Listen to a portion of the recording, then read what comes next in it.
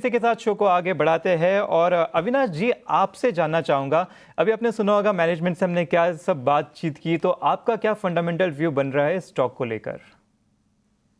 नहीं, बिल्कुल मुझे लगता है कि देखिए कंपनी काफ़ी वेल पोज़िशन्ड है कॉर्न प्रोसेसिंग स्पेस में और वैल्यू एडेड प्रोडक्ट्स बनाती है। जैसे कंपनी ने कहा कि कैपेसिटी डबल हो रही है, डेट रिपेमेंट हो रहा है, प्लस ये सोलर का बेनिफिट भी लेना चाहते हैं। तो एफवाई 26 में मुझे लग रहा है कि आपको एक बहुत सिग्निफिकेंट ऑपरेटिंग लेवरेज का बेनिफिट मिलेगा, क्योंकि इंक्रीमेंटल कैपेसिटी आएगी, प्लस इनके जो कस्टमर्स हैं, काफ़ी मार्की कस्टमर है। फूड सेगमेंट में काम करते हैं क्योंकि वहाँ पे मार्जिन्स भी अच्छे होते हैं, प्लस ग्रोथ पोटेंशियल भी काफ़ी अच्छा है।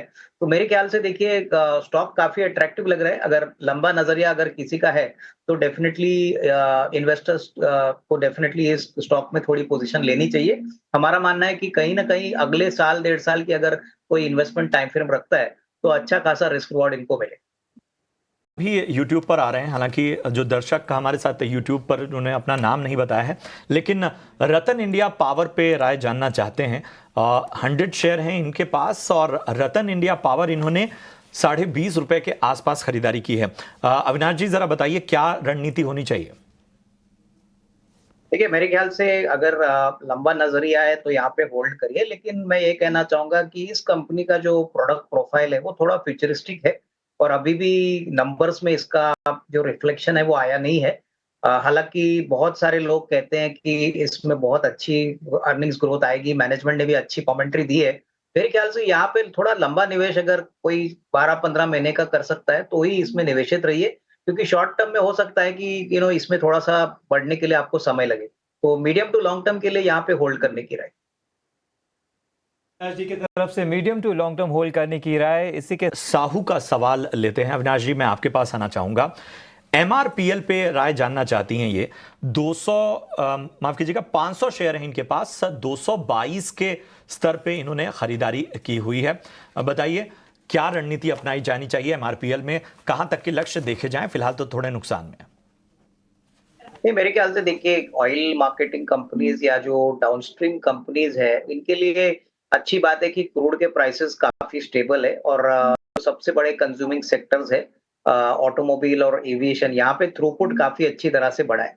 तो मेरा तो मानना है कि अगले 6 से 12 महीने के लिए सारे जो ऑयल मार्केटिंग कंपनीज़ है, जो डाउनस्ट्रीम कंपनीज़ है, यहाँ पे अच्छी खासी कमाई होगी। अगर नज़रिया इनका कम से कम 8 से 12 महीना है, तो मैं इनको होल्ड करने की राय दूँगा। अगर हो सके तो थोड़ा एवरेज भी कर सकते हैं, बट डेफिनिटली मुझे लग रहा है कि अगले साल इनके लिए इस कंपनी के लिए काफ़ी अच्छा रहना चाहिए। तो यहाँ पे निवेशित रहिए, समय सीमा थोड़ी-सी लंबी करिए, तभी आपको अच्छा पैसा बने।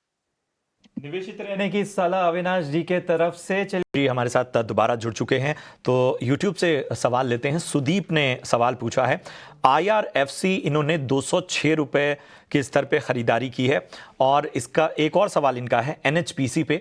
एनएचपीसी इन्होंने ₹102 की बाइंग है, 1 साल तक का होल्ड कर सकते हैं ये बता रहे हैं। बताइए अविनाश जी, सुदीप को क्या सलाह होगी? आईआरएफसी 206 और एनएचपीसी 102 बाइंग प्राइस। नहीं, मेरे ख्याल से देखिए अगर नज़रिया 12-15 महीने का है, तो यहाँ पे निवेशित रहिए। देखिए आईआरएफसी एक ऐसी कंपनी है जो ज़्यादातर सिर्फ रेलवे को ही कैटर करता है। 40% जो भी रेलवे का कैपेक्स होता है, वो आईआरएफसी के थ्रू होता है और कंपनी को काफ़ी टैक्स बेनिफिट्स भी मिलते हैं। हालाँकि इन्हें थोड़ा-सा ऊपरी लेवल पे ज़रूर स्टॉक खरीदा है। मेरे ख्याल से अगर 12 से 15 महीने की अवधि है, तो यहाँ पे निवेशित रहिए।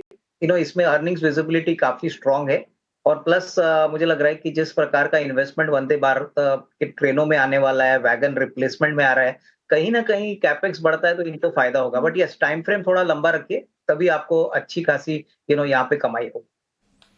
जी बिल्कुल, होल्ड की राय अविनाश जी के तरफ से आईआरएफसी पे। हमारे साथ जुड़े हुए तरुण, गुड मॉर्निंग। मध्य प्रदेश में कहां से बात कर रहे हैं? गुड मॉर्निंग सर, मैं मध्य प्रदेश में सागर डिस्ट्रिक्ट बीना से बोल रहा हूँ। अरे वाह, और बताइए मौसम किस तरह का है मध्य प्रदेश में? कई इलाकों में बड़ी बारिश की खबरें आ रही थी। जी सर, यहाँ पर अच्छी बारिश हो रही है 3 दिन से सर, कंटिन्यू। ओके तरुण, वैसे करते क्या हैं आप? पढ़ाई करते हैं, जॉब में हैं, क्या आपका प्रोफेशन है? सर मैं जॉब करता हूँ। अरे वाह, तो आप शेयर बाजार में कब से निवेश कर रहे हैं? लगभग 4 साल से। अरे वाह, तो ये कि आज शेयर बाजार सबका अधिकार में है, हम आपकी मदद किस तरह से कर सकते हैं, किस स्टॉक पे आपका सवाल है? जी सर, मेरे पास MTR टेक के 50 शेयर हैं। ठीक है। 2210 के भाव से, 2210 के भाव से, और लॉन्ग टर्म का व्यू है लगभग 5 साल के लिए। ठीक राय है। जानना चाहता हूँ सबसे। ठीक है, तो चूंकि लॉन्ग टर्म का व्यू है, हालांकि थोड़ी ऊपरी स्तरों की आपकी खरीदारी है, यहाँ नुकसान आपको हो रहा है। एक वक्त पे हमने देखा कि ये स्टॉक का लगभग 27-2800 तक के लेवल तक गया था, लेकिन वहाँ से जो है वो बीच बीच में ये स्टॉक 2200-2400 तक के लेवल टच करता है। लेकिन अविनाश जी, लंबी अवधि का नज़रिया है और लंबी अवधि में 5 साल तक का ये नज़रिया लेकर चल रहे हैं। पिछले 4 सालों से जो है वो शेयर बाजार में निवेश कर रहे हैं। एमटार टेक, बताइए क्या राय होगी? अभी हम देख रहे हैं कि 1920 के ऊपर इस वक्त स्टॉक है और आज भी हमने देखा है कि लगभग 1.25% की तेज़ी देखने को मिली है। पिछले 5 ट्रेडिंग सेशन में हम एक अच्छा मोमेंटम देख रहे हैं। नहीं, बिल्कुल देखिए, एमटार टेक ऐसी कंपनी है जो डिफेंस और न्यूक्लियर स्पेस में काम करती है, और टेक्नोलॉजी के साथ साथ इनका ऑर्डर बुक भी बहुत ही स्ट्रांग है। मुझे लगता है कि अगले 1.5-2 साल की ऑर्डर बुक विजिबिलिटी है। शेयर निचले लेवल से काफी भाग चुका है, लेकिन नजरिया देखिए, अगर आपका 1.5-2 साल का है तो मुझे लगता है कि अच्छी खासी कमाई यहाँ पे हो सकती है। थोड़ा सा टाइम इनको यहाँ पे स्पेंड जरूर करना पड़ेगा, लेकिन ये एक ऐसी कंपनी है जो इंडिया की इकोनॉमी के ग्रोथ के साथ चलेगी। डिफेंस भी एक सेक्टर है जो गवर्नमेंट पुश कर रहा है। न्यूक्लियर पावर भी भाई हाल ही के बजट में गवर्नमेंट ने अनाउंस किया है कि ये भी गवर्नमेंट प्रमोट करेगी। तो कहीं ना कहीं एमटार को डेफिनेटली इसका रब ऑफ और बेनिफिट मिलेगा। तो 1.5-2 साल का नजरिया लेके यहाँ पे होल्ड करिए। मेरे ख्याल से पोर्टफोलियो स्टॉक है और अच्छे खासे रिटर्न्स तभी मिलेंगे जब ये थोड़ा सा समय यहाँ पे दे, ताकि इनको अच्छा रिस्क रिवॉर्ड मिले।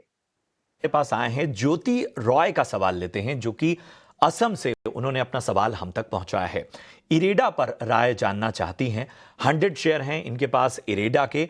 294 रुपए के आसपास की इनकी खरीद है। फिलहाल अगर हम इरेडा के शेयर को देखें तो 262 के स्तर पे इस वक्त है। पिछले 5 दिनों से हम देख रहे हैं कि एक प्रेशर जो है वो स्टॉक ने झेला है। आज हालांकि उसे तोड़ने की कोशिश जरूर होती हुई, लेकिन ऊपरी स्तरों की बाइंग है इनकी।